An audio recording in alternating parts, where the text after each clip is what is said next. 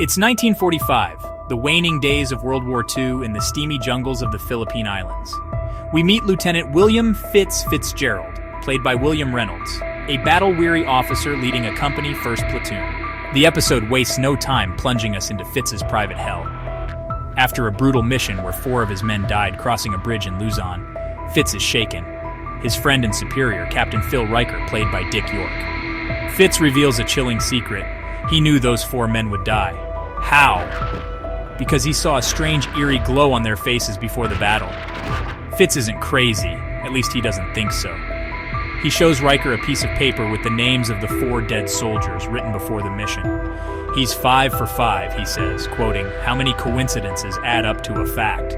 Riker, torn between concern and skepticism, suggests battle fatigue and urges Fitz to see a doctor, but Fitz refuses, haunted by this supernatural gift, or curse, that lets him see death's mark.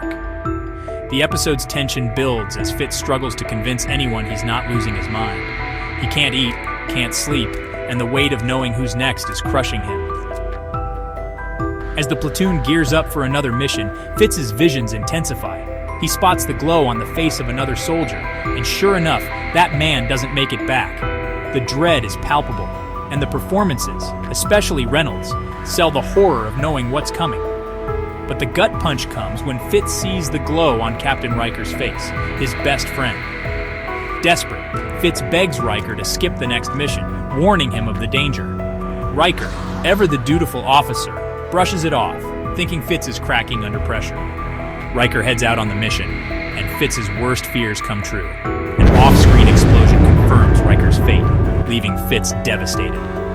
The platoon's commander, Captain E.L. Gunther, finally takes notice and orders Fitz to take rest leave, sending him back to headquarters. As Fitz packs, he catches his reflection in a mirror and freezes. There it is, the same eerie glow on his own face.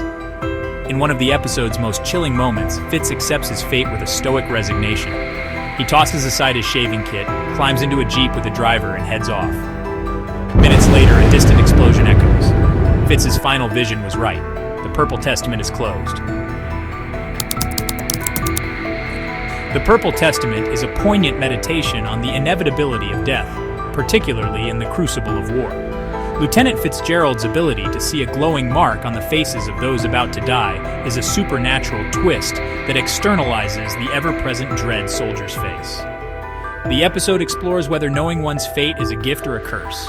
Fitz's torment suggests the latter, as he's powerless to change the outcomes. The episode's strength lies in its emotional core. William Reynolds delivers a gripping performance as Fitz, capturing the anguish of a man burdened by foresight.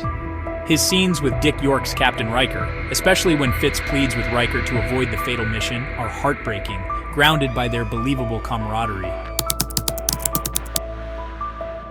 Director Richard L. Baer crafts a claustrophobic, tense atmosphere using the Philippine jungle setting and stark black and white cinematography to mirror Fitz's psychological descent. The glowing effect on doomed soldiers' faces is simple yet chilling, especially in Fitz's final mirror scene where he confronts his own mortality. The Purple Testament is a haunting, if understated, gem in the Twilight Zone's catalog. It trades the show's signature twists for a somber exploration of war's toll, using Fitz's cursed foresight to probe questions of fate, duty, and human fragility.